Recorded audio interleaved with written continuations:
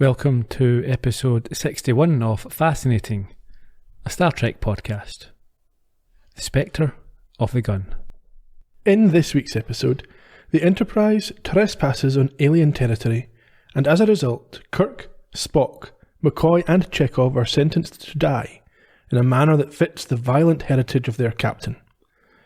Placed in the bodies of bandits from the Wild West, they face certain death when facing off against the Earp brothers at the OK Corral. But is their fate inevitable, or could fortune turn in their favour?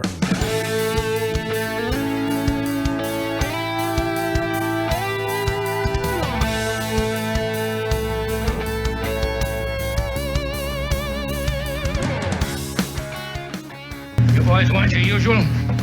Absolutely, half a gallon of scotch. You know we ain't got nothing but bourbon, unless you want corn whiskey. Good evening, Ian. How are you? Would you prefer some bourbon or corn whiskey? I'll take the bourbon, I'm quite happy with that. How about yourself? Neither. As you know, 3 years without a drink, just the other day on the Saturday. 3 long, horrible, boring years. It's always good when someone addresses a problem. Oh. Never felt worse for it. I'm just having fun. This seemed to me like the kind of episode you might enjoy.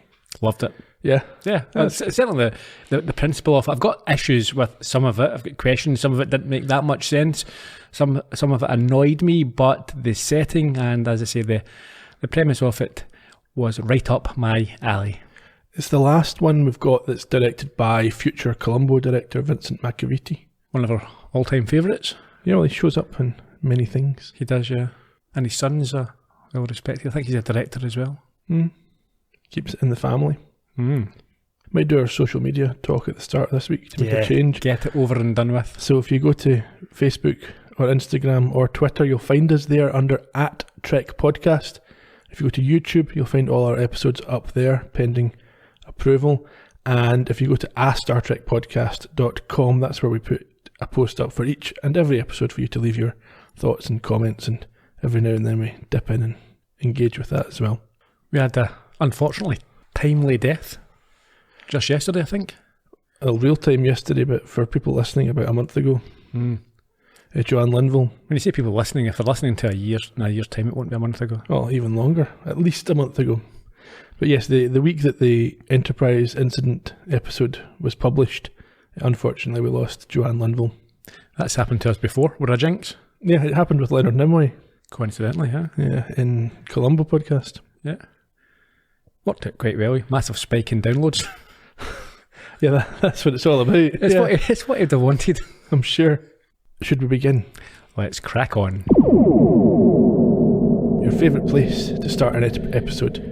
A red alert on the bridge rings out as the Enterprise approaches a mechanical device of unknown properties with, according to Spock, no life forms on board and with the intention to intercept the Enterprise. You can tell that Kirk is annoyed with Spock because he refers to him as science officer. Yeah.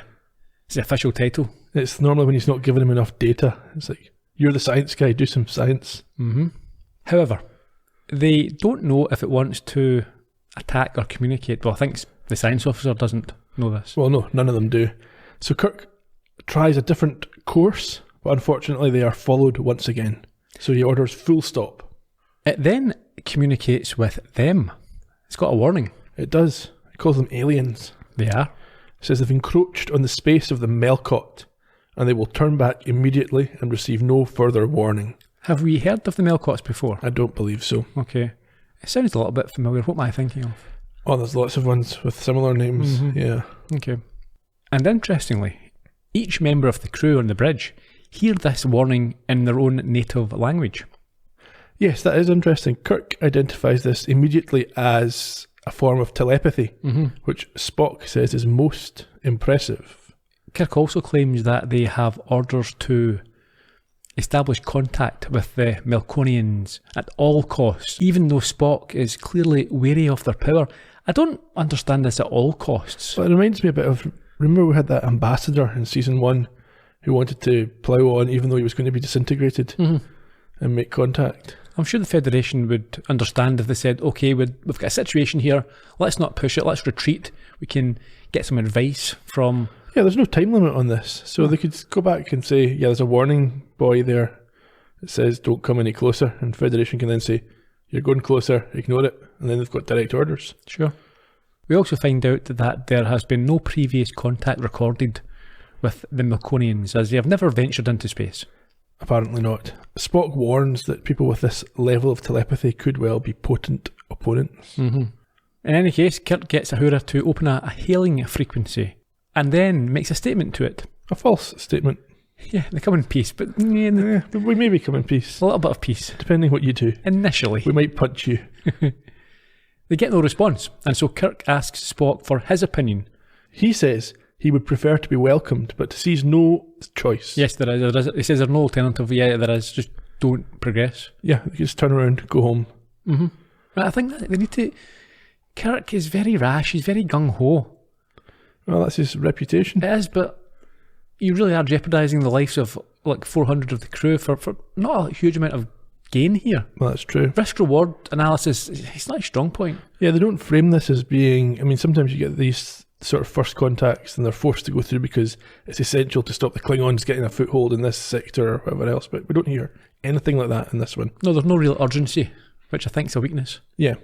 In any event, he orders them to progress towards the planet, and we see the warning device not take any action when they do so.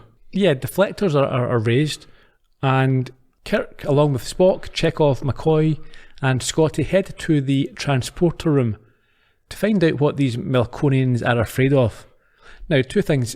They're no indication they're afraid of anything. They just don't want you there. Yeah, it's just a mindset that they're creating.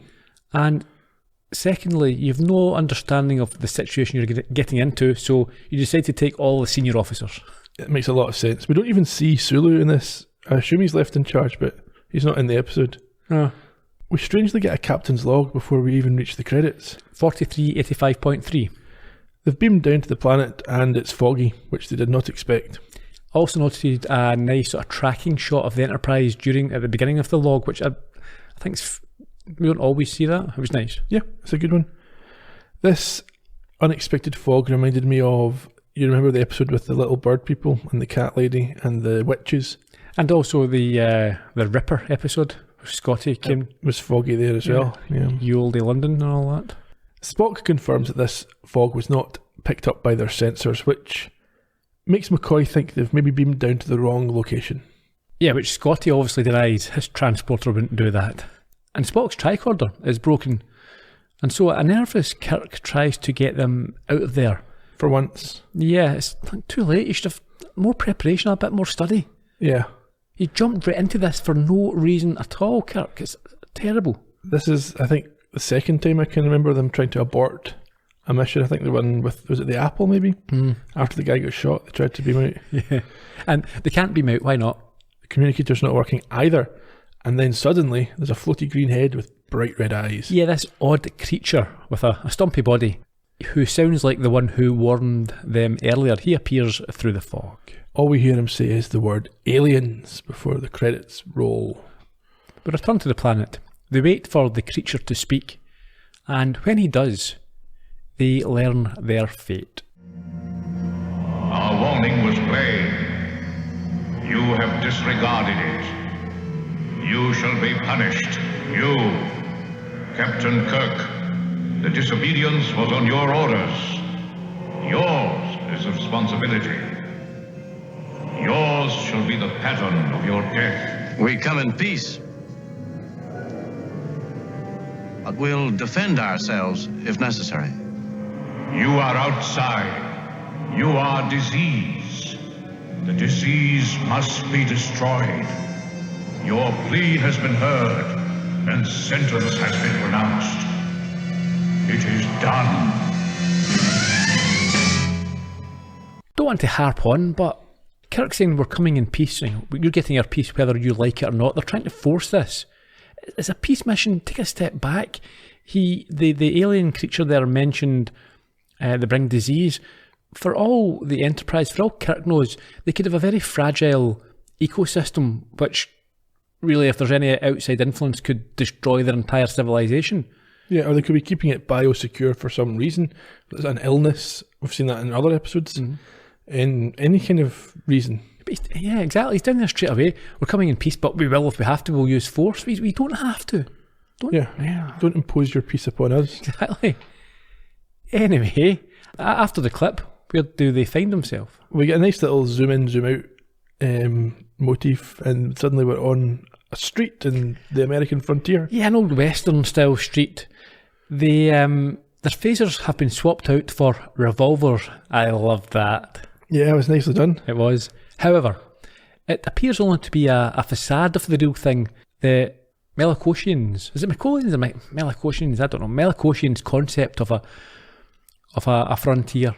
Well, that's Spock's theory. Yeah, because the town, the buildings aren't complete. You only see like the front. It's like a studio set almost. Yeah, almost exactly like that. Kirk wonders though whether, rather than being a lack of data, it's just this is all they need for the scenario they want to play out. Makes sense. We should also mention here as well one of the standard Star Trek jokes about the final frontier. Oh, okay. Anyway. Scotty and Kirk take a moment to appreciate their new weapons. Before Kirk notes that whatever has been planned will be unpleasant, so they might need these. He reminds all of them that even though these are ancient weapons, they are potentially deadly. Yeah, and McCoy notes that they are the harsh reality in what is not a dream. They then spot a newspaper on a wall and see that they are in Tombstone on the 26th of October 1881. And this to me just reminds me of how young America, the United States is. Yeah. Because I was thinking that 1881 we had football teams playing that existed. We had stadiums, we had international football and club football playing.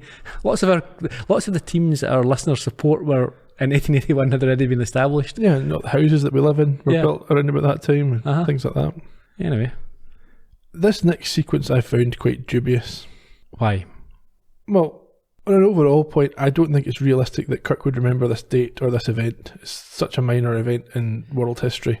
A tiny speck, yeah. I mean, people today wouldn't, unless you were one of these fanatics who were into that type of thing, you would have heard of Tombstone and the OK Corral, but you couldn't, you wouldn't have known the year, never mind the actual Well, we date. would have. I don't even think our kids' generation will have heard of the OK Corral by the time they're our age. No, I think they will. Because, yeah, of course, because it's not like we're, wrapped up in this and in 10, 15 years' time they're not. We only see it because of the movies. Yeah, but our parents would have watched those movies, whereas we don't so much. I do, So, yeah. Well, maybe you do. Yeah. Your kids will know about it. My kids won't know about it. Yeah, okay. But I take your point, I accept your point that in hundreds of years' time, the OK Corral won't be a significant date. No, it's two groups of guys fighting for control of a town in a state one time, hundreds of years ago. And for Spock to know about it, makes no sense. It doesn't. They try and cover that a bit by saying that this is Kirk is descended from these people, not these exact people, but frontier people. Yeah, and his violence, his heritage is to be the pattern for their execution. That's a very large leap he's just made there. Yeah, huge. Almost as huge as when Kirk starts talking about the date being familiar to him. Yeah, he tries to remember the significance of that date, but at this point, the local sheriff walks over to greet them, calling Kirk what? Ike. And the others are Frank, Billy, and Tom now. Oh, two Billies. Yes. Silly Billy and Big Billy? Billy the Kid. Oh, It's a different Billy. it is.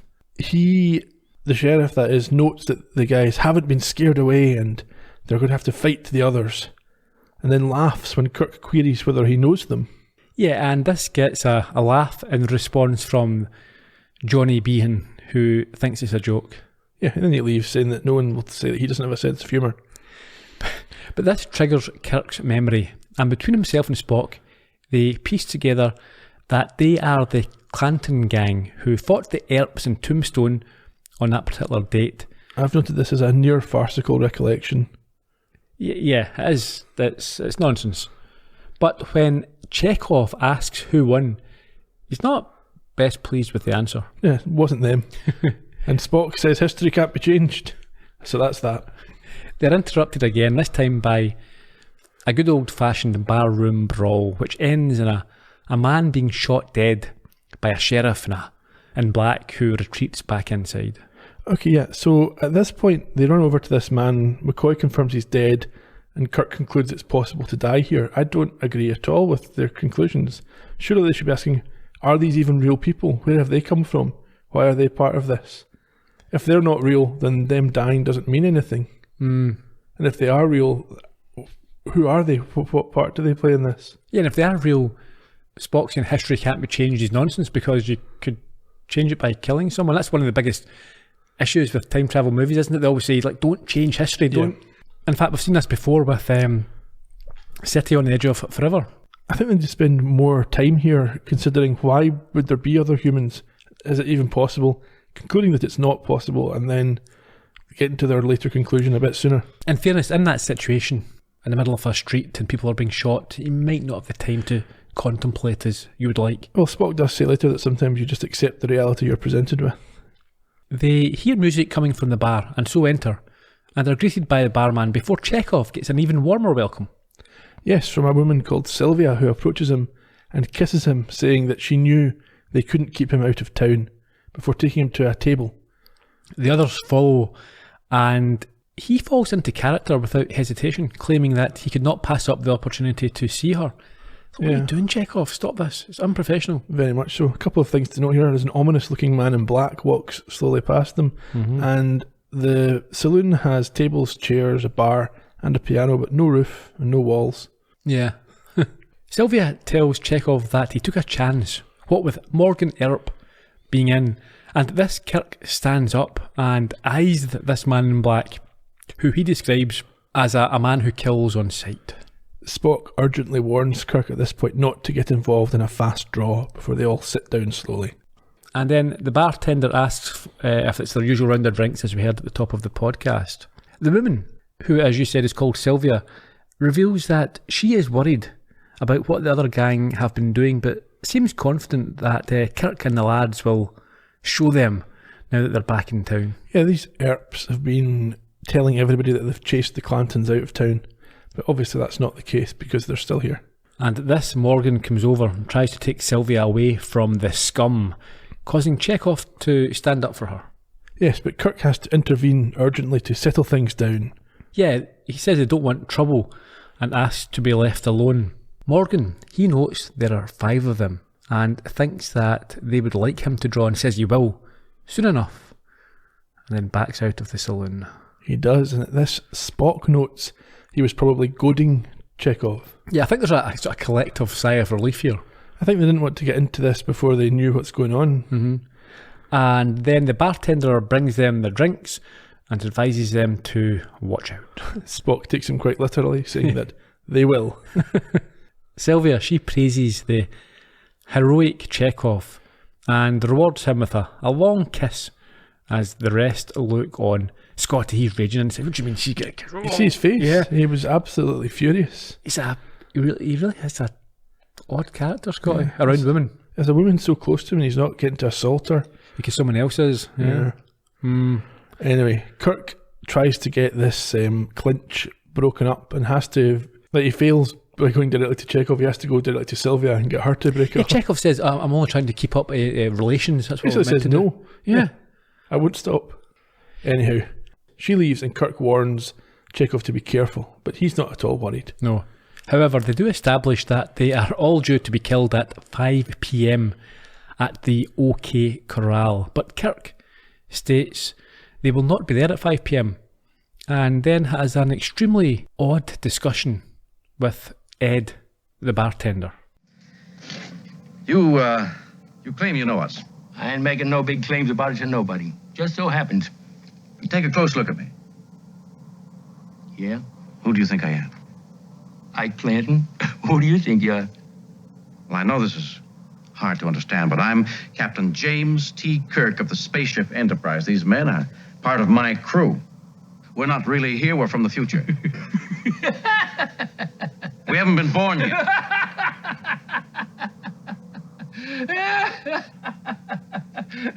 Feel the material in my shirt. Now feel the material in your own shirt. Do you notice any difference? No. Do these clothes look like yours? Not exactly. Have you ever seen clothes like this before? Sure. Where? On the Clantons. You clans are always great with your jokes. That's why we like you. I'm not joking. Only difference between you and the Earps is that they never joke. I'm not joking. I'm not Ike Clanton. It's okay with me, Ike. Anything you say. Don't make no difference who I think you are. Your problem is, who does Wyatt Earp think you are?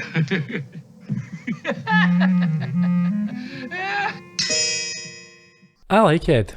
Yeah, I feel like Kirk should have got the message a bit quicker here. I have no idea what Kirk thinks or what he's trying to prove and how he's trying to do it. What does he expect is going to happen?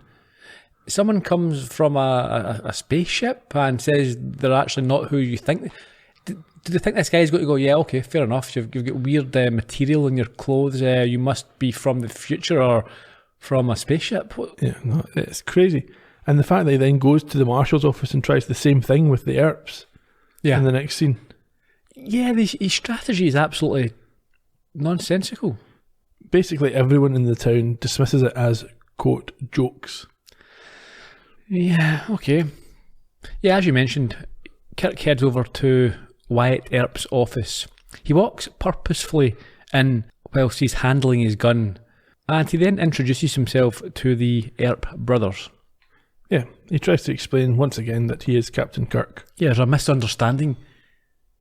This is stupid. So who does he think these people are? Does he think that they have any conception of space travel and spaceship? I mean, as far as he's aware, these are the actual people with a 1881 mindset. Yes. And he thinks that all he has to do is say, guys, I know we look like the Clantons, but we're actually from the future on a spaceship. I hope that clears things up. We'll be on our way. Yeah. Is that what he thinks? That's what he thinks is going to happen. And they go, yeah, fine. Just as long as you told us. Interesting. We won't harm you. Thanks for saving us from a very unfortunate accident. Yeah, we could have embarrassed ourselves there, yeah. Yeah. No, that's not going to happen. No. They actually get into a bit of a fist fight here. Morgan punches Kirk and ends up with Kirk basically winning out and using Morgan as a shield. I don't get that either. Like, these guys with a reputation, they should just have shot him. Yeah, you would think. Especially when it's starting fights. Mm-hmm.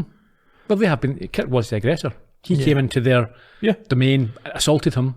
I don't think any judge would have, certainly back in those days, would have... No, I don't think they'd have any judges anyway. Oh, you judges back then. Yeah, but... Judge we Roy Bean. We hear from the sheriff later on that justice doesn't necessarily go by the book. No. Anyhow, Kirk says they will cooperate and they'll be gone by 5 p.m.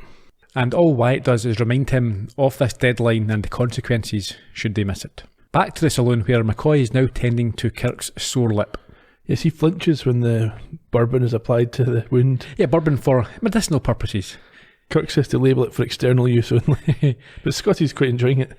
Yeah, this is a sort of typical alky Scottish trope here. Is he drinking on the job? Yeah. No one's saying anything about it. He'll take anything. He's just sitting there drinking bourbon while their lives are in danger. Yeah.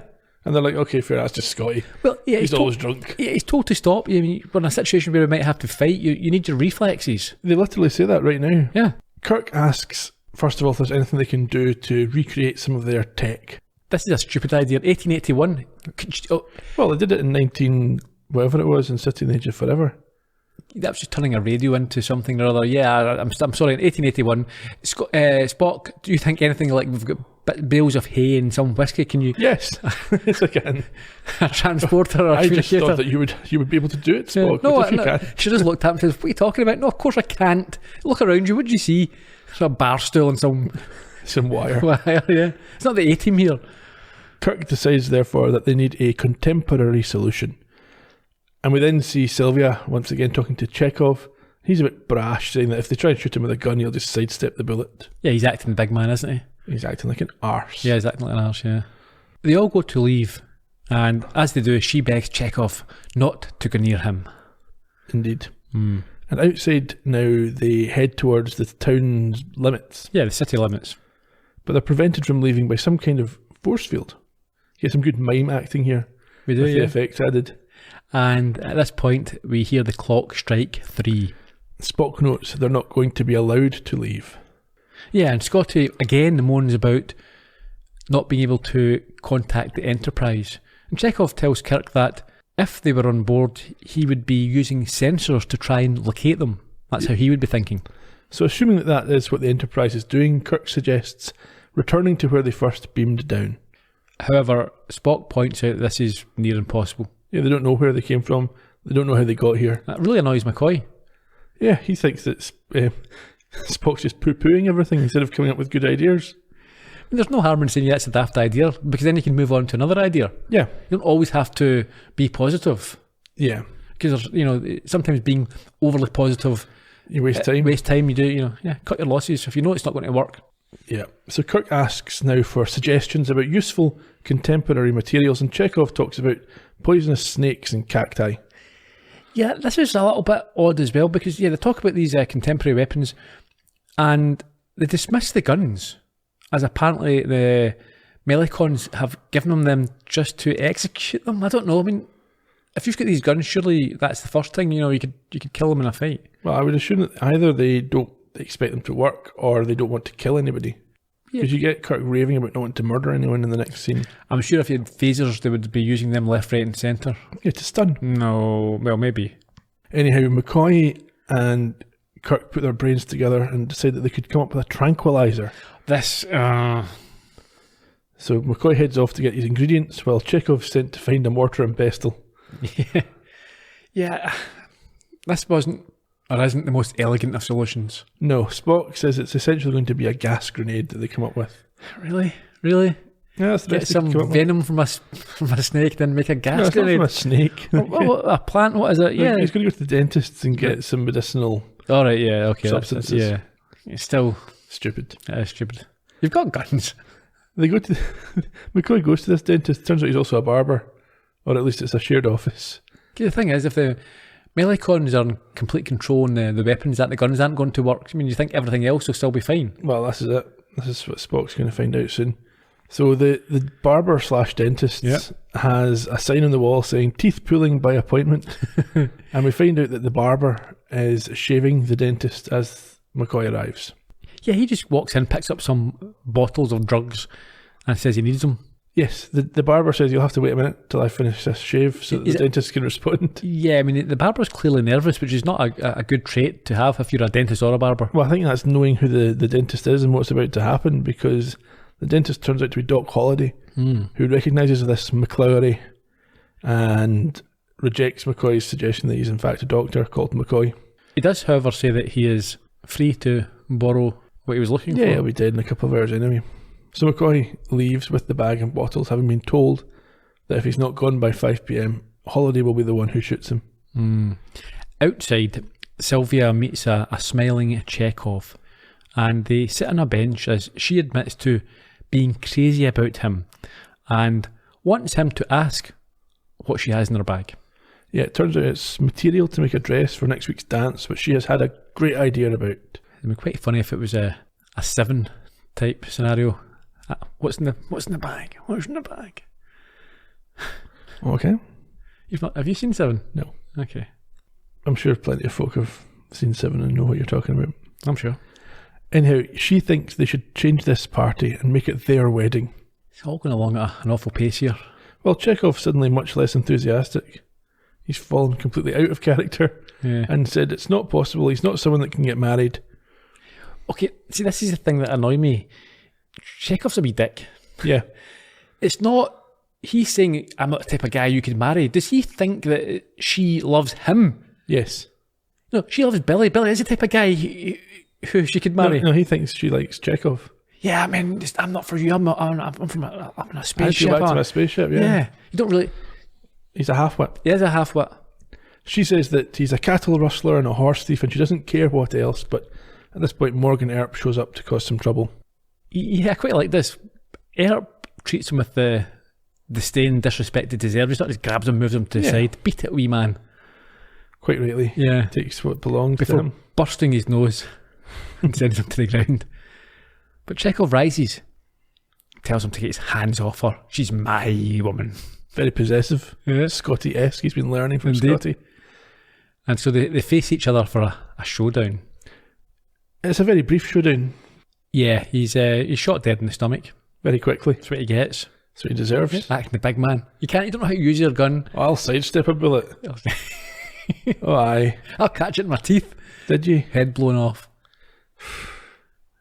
numpty. I was not, in fact, can I admit here that for the rest of the sort of episode and the majority of the episode we're led to believe that Chekhov's dead, and in the back of my mind I thought, yeah, he won't be dead, he'll come back, but I wasn't sure because I've not looked ahead at the episodes, and I was a little bit disappointed when I found out he was resurrected. Yeah, I was kind of hoping that was the end of him. Yeah.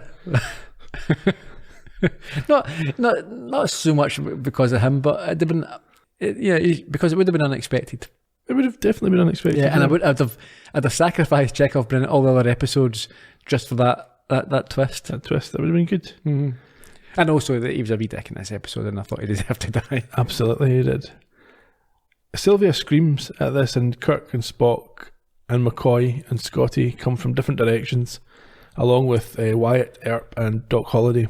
Yes, McCoy claims that there is nothing he can do, as both parties have a stare-off with each other. They do. Scotty wants to fight, but Kirk says they're not getting rushed into something they're not ready for.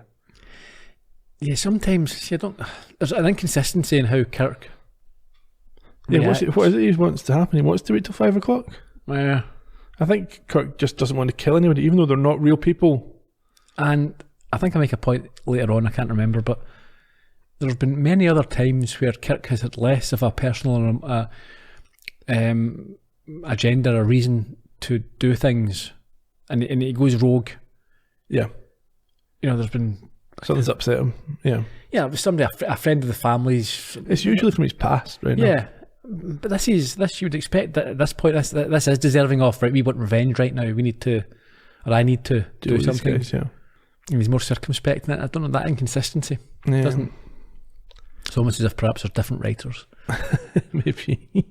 Back in the saloon, we've got Spock working on the grenade, McCoy and Scotty working on the tranquilizer, and Kirk's just brooding. Well, he's blaming himself for not ignoring the Melicon warning. I think that's correct. He's at last he's got a little bit of insight. Yeah, it's one of the few times we see this.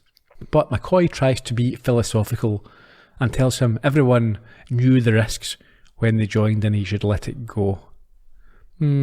Well, yeah, the risk being expected. It's a bit cold, isn't it? It's a bit cold. It's only just happened. Yeah. It's like, forget about him. He's gone now. He's been dead for 20 minutes. Sulu's on Sulu's on comms. Who's getting that job? Can I have my old job back? Leslie's wanting promoted from the back of the bridge. Spock then tries to get him to focus on the job at hand, but this results in a quite unwarranted attack on him as a person. Gentlemen, there is one thing which requires the immediate attention of all of us, specifically our future. But not this minute, Spock. It takes us a little longer. I understand the feeling, Captain. You talk about another man's feelings. What do you feel, Spock? My feelings are not subject for discussion, Doctor. Because there are no feelings to discuss. Mr. Spock, Chekhov is dead. I see it now, and I can hardly believe it. But you worked closely with him. That deserves some memorial. Spock will have no truck with grief, Scotty. It's human. Bones, Scotty. Captain, it's quite all right. They forget I am half human.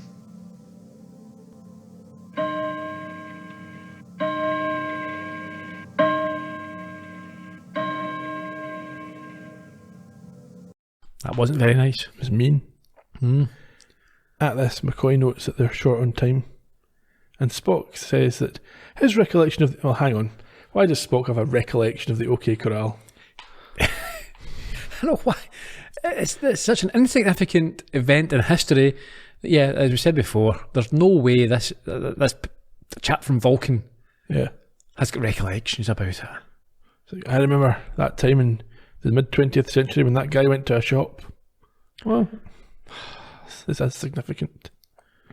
Anyway, the point he's making is that his recollection was that Billy Claiborne survived the original incident, and therefore, because Chekhov's been killed in that role, history can be changed. Yeah, he then answers Kirk's question about the grenade by stating that it should work in about an hour. This is such a... How long till the gunfight? About an hour. That's perfect timing. Yeah. Kirk knows that he cannot negotiate with the Earps, but he feels he has one other option open to him. What's that? He's going to go and plead with the sheriff.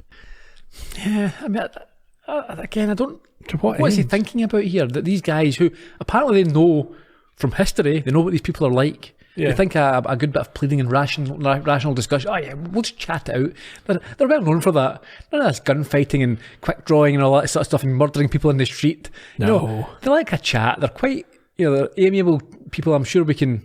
That's it. I'm sure they'll be reasonable men if we speak to them reasonably. No one wants a gunfight. Over at the sheriff's office, Kirk pleads with Behan to stop the fight, but he wants it to happen. Yeah, he thinks it should go ahead. Kirk has to rein in his temper at this point and suggests that they organise all the decent people of the town against the Earps, but he is told that, no, they are counting on the Clantons to see them off. Yeah, Kirk then goes into a sort of semi-rage and starts yelling, he can't murder people, I can't murder people, but, Yeah. he's almost beyond reason. And the sheriff, he can't believe what he's hearing after what they did to Billy, and he's got a point. I said earlier, Kirk has been happy to seek revenge for less personal reasons than Chekhov being murdered. Yeah, I don't know what's going on. Anyway, for some reason, Kirk is scared and loses the rag by grabbing the sheriff and shouting that he can't kill him. I think you mentioned that, didn't you? Yeah. The sheriff, though, tells him it's the only way He begs him, and says justice will look aside if he is able to kill the Earps. which I think causes Kirk to back off in disgust and disbelief at this lawman taking... Yes, there is no justice in this town. Back to the saloon. McCoy is taken aback when Spock compliments him on his ingenuity as a contemplative Kirk returns and admits that he wasn't successful. I mean, what? We could have told you that. Yeah. Kirk, at this point, insists that the tranquilizer be tested, which seems a bit foolish if they've only got a limited supply. However, it's lucky that they did. Yes, Scotty volunteers and takes a shot of whiskey to numb the pain, only to be informed by McCoy that it's an entirely painless procedure. Yeah. I think he says, yeah, you should have told me that before, eh? Yeah. Just going back to the testing, for once Kirk is quite perceptive, because when McCoy and Spock say, yeah, it's fine, nothing can go wrong, he points out that an awful lot has gone wrong recently, so let's not be so arrogant, I suppose. Yeah, for once. The tranquilizer has no effect whatsoever on Scotty. Nope, he soaks it all up, a nice big lungful, a big faceful. Spock... I've been bumped. Yes. Some of this was good stuff. Spock takes a moment to compose himself and then concludes that the laws of science do not apply here, and it must therefore change their fundamental approach. But Kirk ignores this. He states they need a weapon. They then look at the clock and see they have 10 minutes before it all ends. Kirk says, therefore, they can just wait where they are and avoid the fight completely. However... yeah, this doesn't work. Why not? Well, it's this whole sort of and they're suddenly at the OK Corral with that little zoom in, zoom out. They try to run for it, but the force field prevents them, and they resign themselves to having to fight until Spock tells them it may not be necessary. Spock, you've got something? A fact, Captain. Physical laws simply cannot be ignored. Existence cannot be without them. What do you mean, Spock? I mean, Doctor, that we are faced with a staggering contradiction. The tranquilizer you created should have been effective. It would have been effective anywhere else. Exactly. Doctor, in your opinion, what killed Mr. Chekhov? A piece of lead in his body. Wrong. His mind killed him. Well, come on, Spock. If you've got the answer, tell us. Physical reality is consistent with universal laws. Where the laws do not operate, there is no reality. All of this is unreal. What do you mean unreal? I examined Chekhov. He's dead. But you made your examination under conditions which we cannot trust. We judge reality by the response of our senses. Once we are convinced of the reality of a given situation, we abide by its rules. We judge the bullets to be solid, the guns to be real. Therefore, they can kill. Chekhov is dead because he believed the bullets would kill him. He may indeed be dead. We do not know. But we do know that the Melkoshians created the situation. If we do not allow ourselves to believe that the bullets are real, they cannot kill us. Exactly. I know the bullets are unreal. Therefore, they cannot harm me. We must all be as certain as you are, Mr. Spock, if we're to save our lives. Precisely. That's not possible. There'd always be some doubt. The smallest doubt would be enough to kill you. We're just human beings, Spock. We don't have that clockwork ticker in our head like you do. We can't just turn it on and off. You must. Spock. The Vulcan mind meld. You happy enough with that logic? No. Okay. Mind over matter, I suppose. Yeah, possibly. In any case, we're back at the Marshal's office. The clock strikes 5, and we see the ERP gang make their way to the corral. I should maybe say there are other Star Trek episodes in the future. Certainly I can think of a Deep Space Nine episode where people sustain injuries in their mind and they manifest on their body. Okay. So it's not a concept that they drop after this. Yeah, we get a bit of a montage here where we kind of flip back and forward between the ERPs getting ready for the shootout and Spock mind melding everybody, telling them that the bullets are unreal and without body, they're only illusions. The ERPs eventually arrive and there is a showdown which results in them unloading into our heroes. Yeah, the bullets seem to go straight through them and hit the walls, and then Kirk starts punching. Of course, he's a fist fight, but he wins this, but decides against shooting Wyatt dead. Very similar to another episode which I'll come back to. They disappear at this point. It gets resolved quite quickly. It's almost a flash that they're on the bridge and McCoy is dealing with Chekhov. Yeah, he's alive and well, and apparently he's been on the bridge the whole time and can only remember a beautiful girl. Kirk suggests, they've not left the ship, but McCoy wasn't on the bridge when they went to leave. Yeah, it's a little bit confusing. Yeah. I mean, what would happen if they killed Chekhov there and they burned his body or buried him? I don't know, but maybe they were never there. It was maybe all an illusion. It was all in their minds. Well, you'd be able to ask the rest of the people on the bridge then. Did we disappear? Yeah, but nobody bothers. Spock calls over to Kirk. Yeah, he says that the reprobe thingy's still there, and so red alert is once again sounded and phasers are brought online. But then it blows itself up. The alien then reappears in its place and praises them for not killing on the planet and agrees that it is the way of their kind. Yeah, Kirk lies and says, that's how we go. Yeah, they seek peaceful contact. We never show up and just punch people in the head. Never. Kirk is called on this by Spock. Yeah. And points out he was totally lying and was just hours ago wanting to kill everybody. True. Although he was saying he didn't want to, but he felt like he wanted to. Yes. Yeah, Kirk admits that he did and claims that that's how things were in 1881, but that mankind has since overcame this instinct for violence. Which is, again, not true. Well, in 300 years' time it might be. Well, we've seen on Star Trek that it's not true. Kirk goes around punching and shooting people. Sure, okay. Yeah. Still got an instinct for violence. Sometimes they're able to control the instinct a bit better. That might be the true takeaway. And we end with a nice harmonica motif of the Western variety. Yeah. Hopefully that's the last Western guff we get. I'm looking for more. Yeah. Like it. So was that a punishment or a test? Or what was it?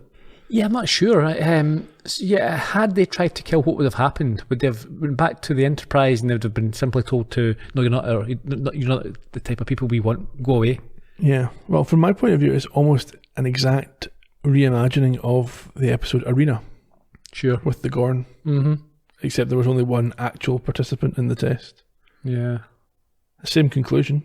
Kirk refusing to kill and therefore being seen as not as primitive as they thought. I enjoyed it for the setting. Do you think their guns would have worked if they'd fired them? I don't know. I'm not really sure about the whole setup. There weren't enough questions asked or answered. I suppose that's not really the point. And we get to be friends with these floaty green guys now. Do you think they'll look so menacing when they're being friendly? I think it'll maybe be that the fog will go away and they'll be smiling. There'll be like bright lights everywhere. It'd be nice to find out more about why they're there and perhaps there was some advantage gained from this. I like the idea that they get invited down to dinner and the wee green guys have got like party hats on and they're all sitting around a table with balloons and stuff. Yeah, there we go. Any trivia for us? I do. So it was originally aired on the 25th of October 1968. Directed, as I said, at the top of the show by Vincent McAvity. This was the last of his 6 episodes, so if you want to hear more about him, go back to the podcast for Mary, which is one of the ones I think stands out in the memory still as being a really good episode. Yeah. Gene Kuhn was the writer, again using his Lee Cronin pseudonym, which we discussed in the podcast for Spock's Brain. Ron Sobel played Wyatt Earp. This was his only Star Trek role, but he also appeared in 1969's True Grit, and in series like Gunsmoke, Mission Impossible and Knight Rider. There's a lot of Western experience amongst the crew, or the cast here. The True Grit remake's one of those examples, I think, where the remake's actually better than the original. There you go. Sobel died 2002 when he was 74. Bonnie Beecher, this is interesting. She played Sylvia. She's only got a short list of credits, but it includes shows like The Twilight Zone, The Fugitive and Gunsmoke. She's 80 years old now. She's been married to a man named Wavy Gravy for 56 years. They co-founded a commune, and she's been administrative director at their Camp Winter Rainbow since 1983. She goes by a different name now, I think his original surname, not Gravy. Yeah. Couple of old hippies. It's all a bit strange. She's also a childhood friend of Bob Dylan's. I say childhood, I think when she was 17, 18, and she's believed to be the inspiration for his Girl from the North Country. I read about that in one of Dylan's biographies that I recently read. Yeah. So she's still going. Although we could take that for granted after last week. No, let's not jinx her. Yeah. Charles Maxwell and Rex Holman played Virgil and Morgan Earp. Virgil didn't get much to do. No. He spoke. Did he speak? Can't I remember. think he snarled in the background. This was the only appearance in Star Trek for either of them, although Holman does return in the 5th feature film in a different role. Obviously, it'd be a bit weird for one of the Earps to show up. They both appeared in episodes of Gunsmoke and Bonanza. Maxwell died in 1993 when he was 79, and Holman is now 85 years old. Sam Gilman played Doc Holliday. This was his only Star Trek appearance, but he also showed up on series like Mannix and Peyton Place as well, and perhaps more interestingly as having been a penciler for the very first edition of Marvel Comics #1. There you go, that's good. And he did a whole bunch of other comics as well. I think he then joined up with the Forces and took up acting when he came out of that. He died in 1985 when he was 70, but it fit a lot into that. Charles Seal played Ed. Remember Ed? Yeah, the barman. Yeah. This was his only Star Trek appearance. He also showed up in series like Ironside, Gunsmoke and Marcus Welby MD. He actually played a barman in a ton of westerns and series. He's a fair age. He died in 1980 when he was 82, which makes him another one of our 19th century guys. There we go. Along with Abraham Sophia, who returned as the voice of the Melkoshian. We remember him from Charlie X. If you want to hear more about his credits, go back to that podcast, which I think was number 2. And finally, Bill Zuckert played Johnny Behan, the sheriff. This was his only Star Trek appearance, but he showed up in films like Ace Ventura, Pet Detective, and Naked Gun 33 1/3, The Final Insult, as well as series like Charlie's Angels, Sledgehammer, where he was a guard in Dressed to Call, and 3 episodes of Columbo. Okay. He was a father, I don't know if he's a religious father or somebody's father, but in Murder in Malibu. That's a terrible episode. He played Captain August in A Case of Immunity. Good episode, yeah. And he played Captain Sampson in Negative Reaction. I don't know why he wasn't the same captain, if he's playing 2 different captains. Anyway, he died in 1997 when he was 81. Okay. D. Kelly had previously appeared in other versions of the same events. He played Ike Clanton in You Are There, the gunfight at the OK Corral in 1955. And he played Morgan Earp in Gunfight at the OK Corral in 1957. Yeah. He was also lined up to appear in Hour of the Gun, 1967, which was the movie this episode was named after, but he had to decline due to his commitments to play McCoy. Budget constraints, as you might imagine, limited the set building efforts, resulting in the half-constructed Western setting, which I thought worked quite well. Yeah, very ingenious, and it was handled creatively. Yes, it was. Well done. The teaser at the start, second longest in the entire series, behind only I, Mud. Yeah, I felt that, yeah. And in terms of international titles, in Germany, they went for Wild West im Weltraum, which means Wild West in Space. Okay. Not very imaginative, no. But hey. And in Japan, it was Kiki Ipatsu Okibokuyo no Keto, which is simply Crisis, Gunfight at OK Corral. What does OK stand for? It doesn't stand for anything. This is a shortened version of the long word OK. No. OKAY. Old Kindersley. Is that your opinion? Or is that a fact?